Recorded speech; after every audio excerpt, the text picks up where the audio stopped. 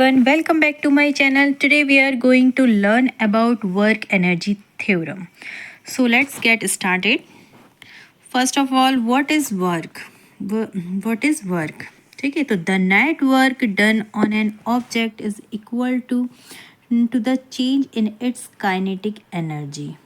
है ना, मतलब किसी वस्तु पर किए गए कुल कार्य नेटवर्क, है ना, किसी वस्तु पर किए गए कुल कार्य नेटवर्क के बराबर उस वस्तु की गतिज ऊर्जा में परिवर्तन होता है।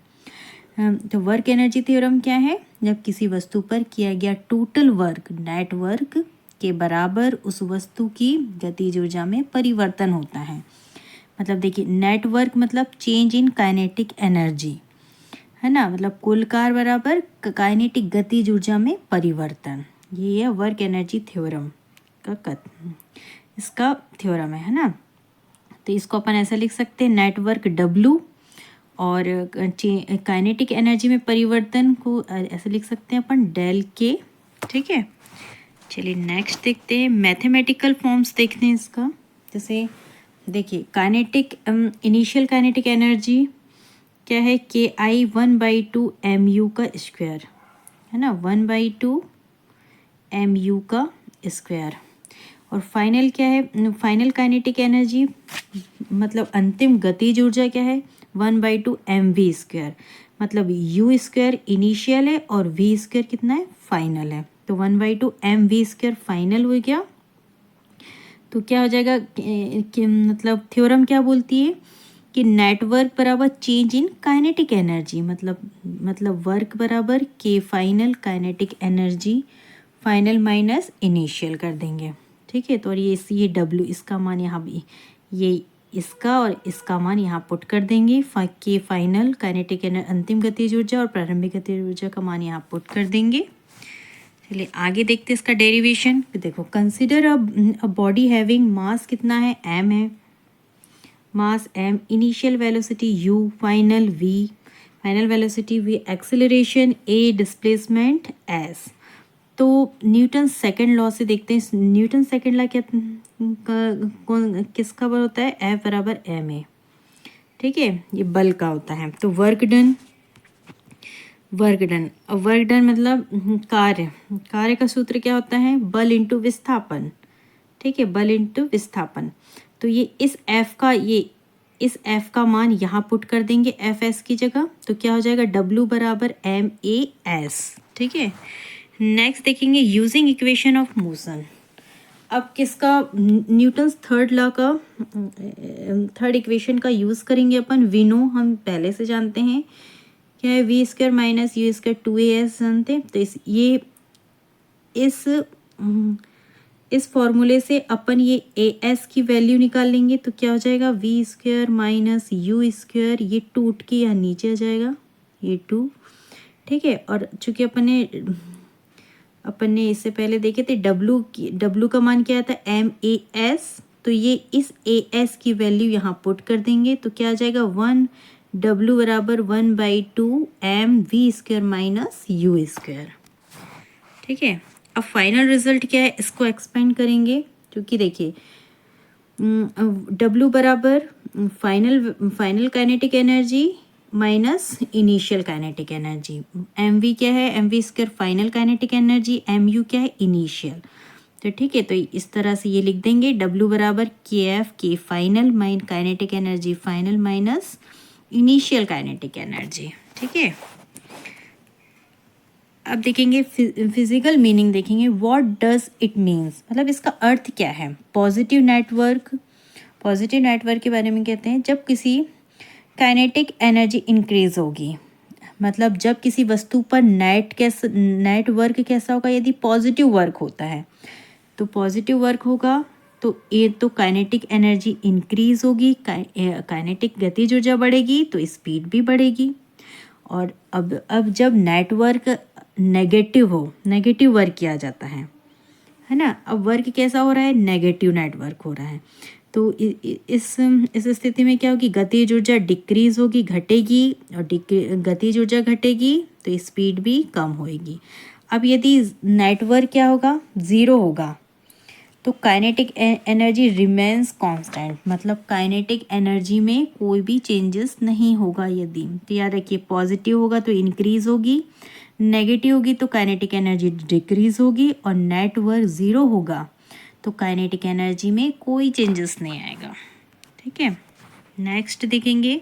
चलिए रियल लाइफ एग्जांपल देखते हैं। Car with breaks.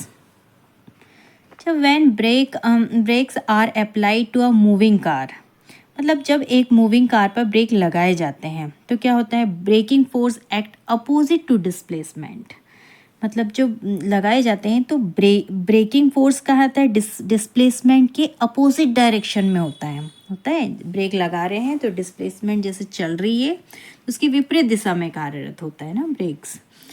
तो इस स्थिति में work done by the braking force is negative, तो वर्क डन क्या होगा, नेगेटिव होगा। अब वर्क डन नेगेटिव होगा तो काइनेटिक एनर्जी क्या होगी, कम होगी, स्पीड भी कम होगी। The speed of the car decreases. अब गतिज ऊर्जा कम होगी तो स्पीड भी कैसी होगी, कम होगी। मतलब नेगेटिव वर्क क्या होगा, decrease in kinetic energy. Negative work होगा तो काइनेटिक एनर्जी कैसी होगी, डिक्रीज होगी, कम होगी। अब इम्पॉर्टेंट रिलेशनशिप देखेंगे।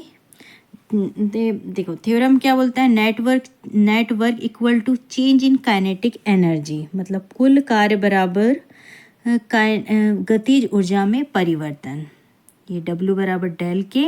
अब देखिए यदि कार्य यहाँ पे बड़ा है मतलब पॉजिटिव, यदि वर्क ज़्यादा है तो इंक्रीज होगी, वर्क कम है तो डिक्रीज, और ज़ीरो है तो नेटवर्क यदि ज़ीरो है तो रिमेन्स कांस्टेंट। ठीक है, पॉजिटिव वर्क है तो इंक्रीज, ये पढ़ चुके हैं। ठीक है, आगे देखते हैं। न्यूमेरिकल देखेंगे।